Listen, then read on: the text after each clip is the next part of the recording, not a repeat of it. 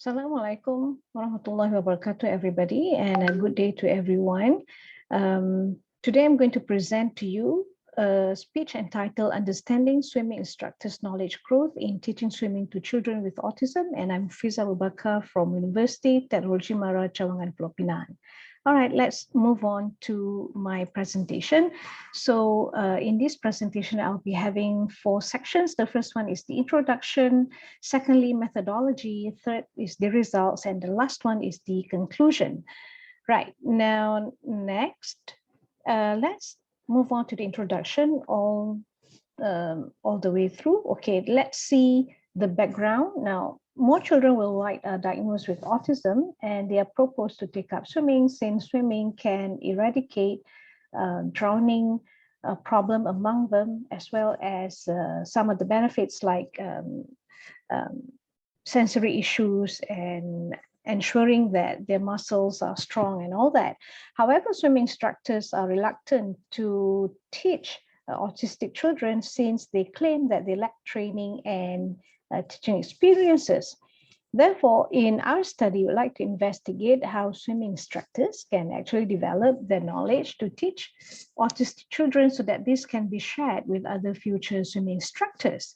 And we feel that this study is significant since special education programs may want to integrate the findings in their curriculum to prepare future swimming instructors in meeting the needs of autistic children.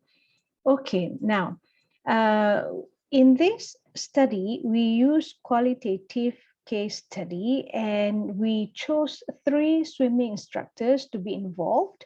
And these swimming instructors vary in the sense that their teaching experiences vary between 1 to 5 years. Yeah. Okay, now data are collected using demographic questionnaire, observations, and semi-structured interviews, and data were actually analyzed using Braun and Clarke's thematic analysis. And the results, we found that swimming instructors' knowledge growth is actually contributed by the swimming instructors learning from more experienced mentors, and they also engaged in parent-teacher conversations, and they enriched their basic knowledge with their own experiences. Yeah. Okay, now what do you mean by learning from experienced mentors? It means that the basic courses that they underwent in the university or other swimming courses are not enough.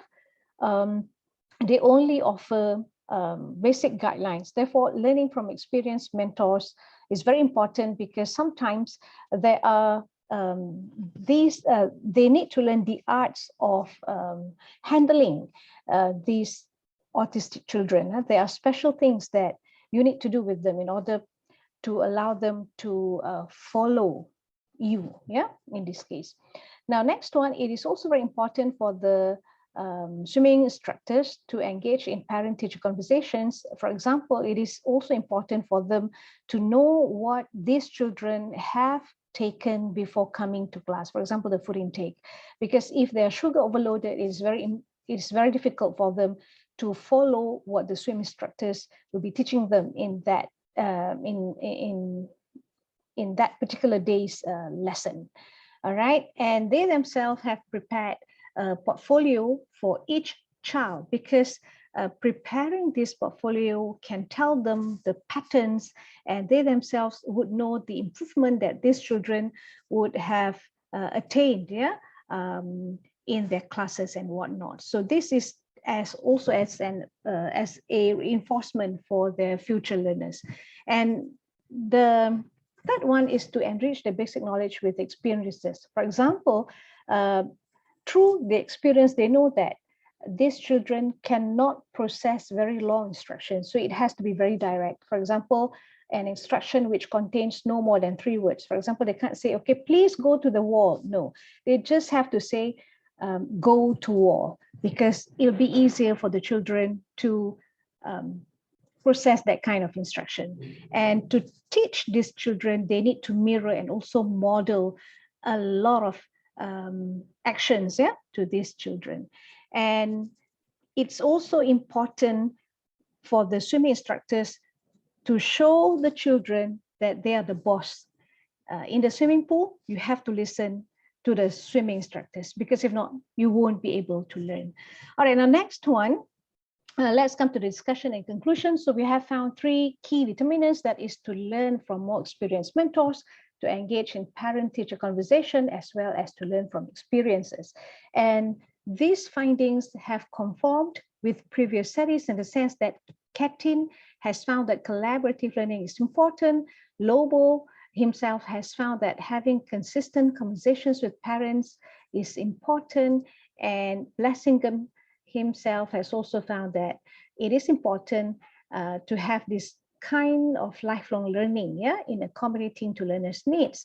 But the novelty of this paper is that we found that swimming instructors have over and over again emphasized that trust, or gaining learners' trust, is very important in handling them and gearing them towards learning swimming. Because if they don't trust you, they can't learn from you.